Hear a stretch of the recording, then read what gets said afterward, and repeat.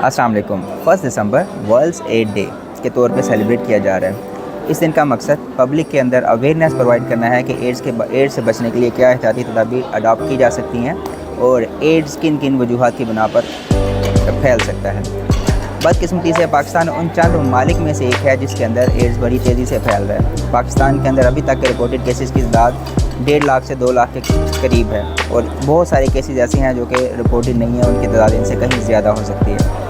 अब एड्स के स्प्रेड को अगर आप देखें तो सबसे ज़्यादा मेजर रीज़न इसके स्प्रेड की हो सकती है कि ब्लड से कॉन्टैक्ट में आने की वजह हो सकती है। इसमें जैसे आपकी सिरिंज का इस्तेमाल है, यूज़ जो आपके मेडिकल इक्विपमेंट्स हैं उसके इस्तेमाल की वजह से स्प्रेड हो सकता है।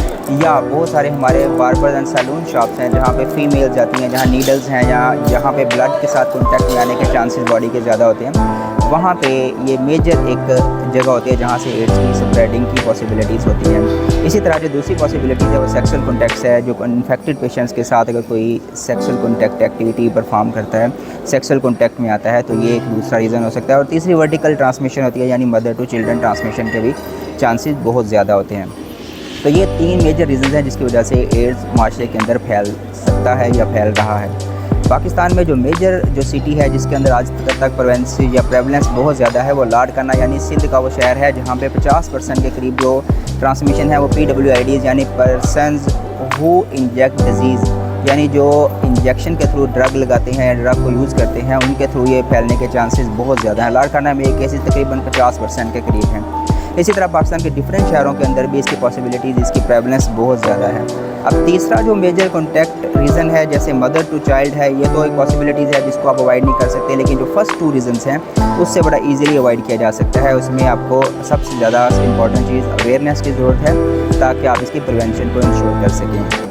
दूसरी सबसे बड़ी बात कि जो हमारी सोसाइटी के अंदर अल्लाह ने करे खुदा ना खासा अगर किसी को कंटेमिनेशन हो जाती है या कोई डिज़ीज़ की सबब बन जाता है तो उससे हमारी सोसाइटी के अंदर एक नफ़रत का जो एक एलिमेंट है वो बहुत ज़्यादा है।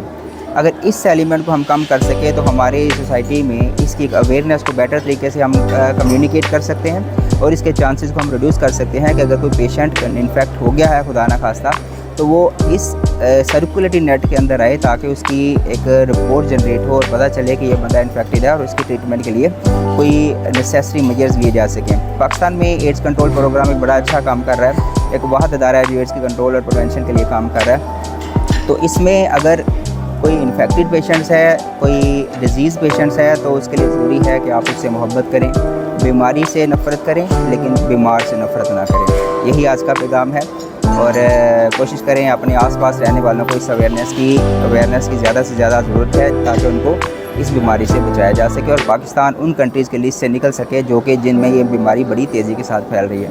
अपना और अपने आसपास वाले के लोगों का ख्याल रखें, एड्स से बच कर जिएँ।